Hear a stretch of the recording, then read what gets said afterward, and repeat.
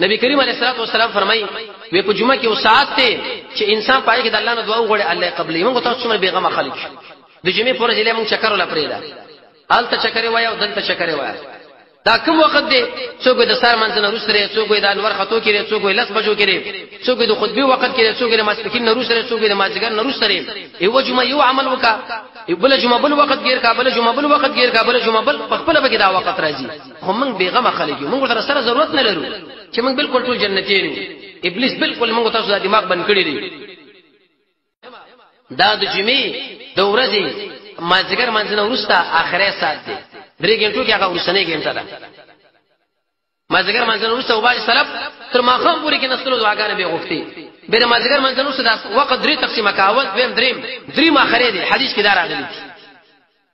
وما ورته وی سید حدیث کو خدا راځي چې په دې وخت کې بسړې په منځمنه ولاړی او تا خدا خبر وکړه چې سلف په منځنه ورسته کې نسل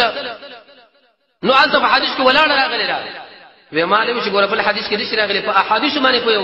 رسول الله صلی الله علیه وسلم فرمایلی دي چې کله یو سړی په جمعات کې کینی او د مانځه انتظار کوي گویا کې د دې ګمانو کو چې دا په داخل نه مانځه کې دي و ما ورته چې بالکل په دې حدیث باندې دماغ خلاص ولا چې رسول الله فرمایلی دي په جمعه کې اوسات ته چې څوک به کوم دعا وغواړي شرعي الله رب العزت دا قبلې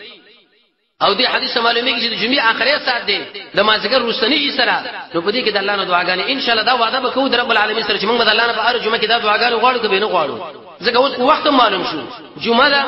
ټیم معلوم شو مازیګر دی د مازیګر په اخري سات کې وخت معلوم شو